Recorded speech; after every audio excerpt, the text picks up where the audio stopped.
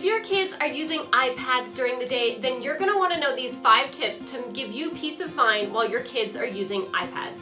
Hi, I'm Stacey with Kids Learning for Life, and when you add kids and technology together, sometimes parents can be a little concerned to make sure the kids are on the right apps, that they're being monitored, and staying safe in general. So my first tip is gonna change your life if you don't know about this and you have younger kiddos. This tip is called guided access, and it is great if you have a smaller toddler that is constantly getting out of apps that you put them in. So the first thing you're gonna wanna do is you're gonna wanna go into settings, and then accessibility. From there, you're going to scroll down to guided access and make sure that you have turned it on. You're going to want to set a passcode, or you can even turn it to Touch ID.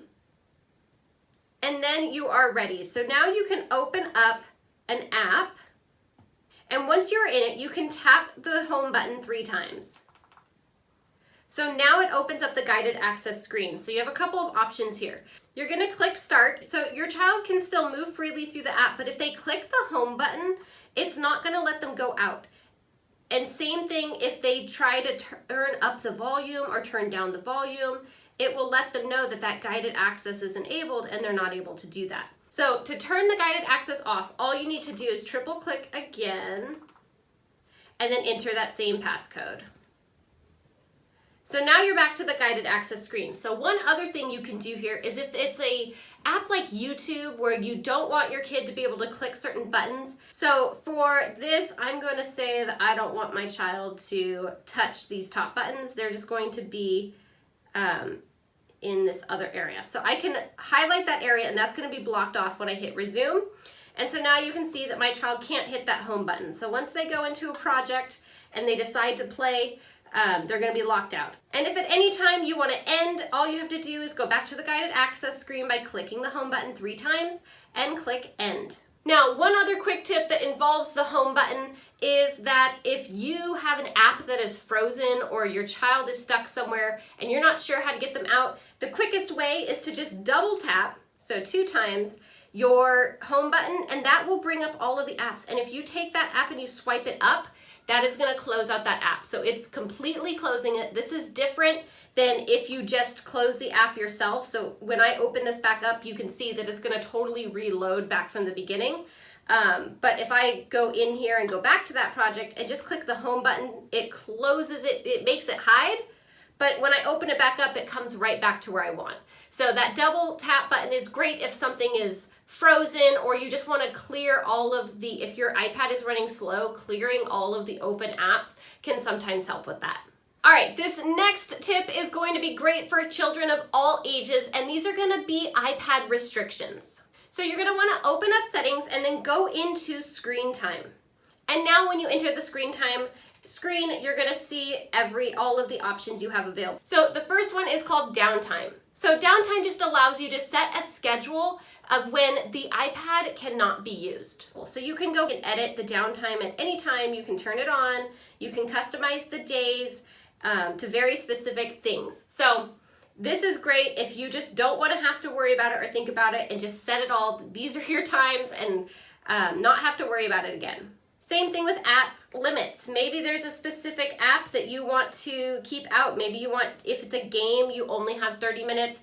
But if your child is using this iPad for lessons or some sort of school assignment, then you can give them more time in that app. So that is how to use downtime and app limits, but in that screen time setting, there are a few other features that you can explore, and it kind of depends on the age of your kids and what you use iPads for if you would want to access these, but it's definitely worth taking a look at what controls you do have. All right, so this next tip is ask to buy.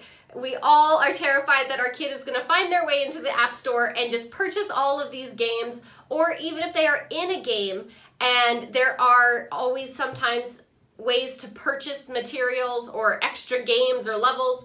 So you want to make sure that your kid isn't accidentally buying anything. In order to set up Ask to Buy, you're going to open up your settings, and then you're going to click on your Apple ID icon in the upper left-hand corner. From there, you're going to go to Family Sharing, and then scroll all the way down to the bottom to where it says Ask to Buy. Now, if you do not already have a child account hooked up to your Apple ID family, then you're going to need to create an account for a child.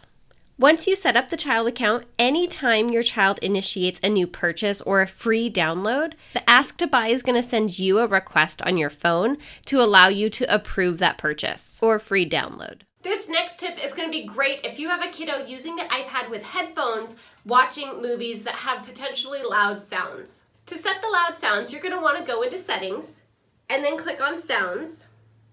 And then you're going to want to see where it says Headphone Audio, Reduce Loud Sounds. You're going to turn that on, and then you can change it to be higher, and it'll tell you how high this is. So this is as loud as an ambulance siren in your ear. Don't really want to go there, so then you can turn it to as loud as a vacuum cleaner or a noisy restaurant or a heavy city traffic. So you can choose whichever one is going to be best for you and your family. All right, the last tip is adjusting the night shift.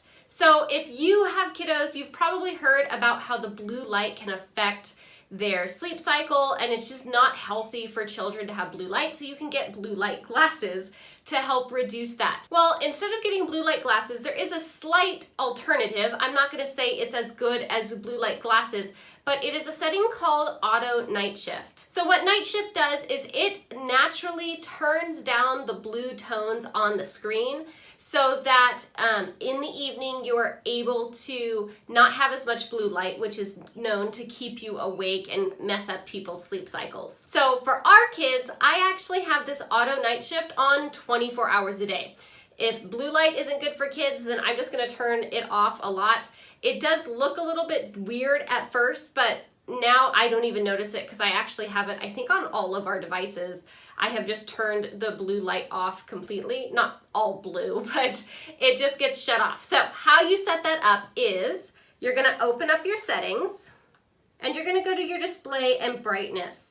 And where it says night shift, you'll see I already have this one set. It's gonna say 6 a.m. to 5:59 a.m. So it's gonna go all the way from 6 a.m., go all day long, and there's 1 minute of the morning where the blue light has to turn on just because that's the only way you can set it. You can also do it sunset to sunrise if you want. So that's just in the evening time. And then you can even make it more warm or less warm. So it's up to you. So this would be your screen, how it is normal, and then your night shift. I have it in the center, but you could make it even more warm, but it looks, a lot of things look a little altered. So just picking whatever you think is best for you and putting that on just to help reduce some of that blue light. So now that you know these 5 tips, you can feel free to get your kids on the iPads and having them play around with some apps. If you need some suggestions, you can check out my video about free iPad apps to get you started. And if you have preschoolers and toddlers, you can check out some apps right here that I also recommend. See you next time, and happy homeschooling.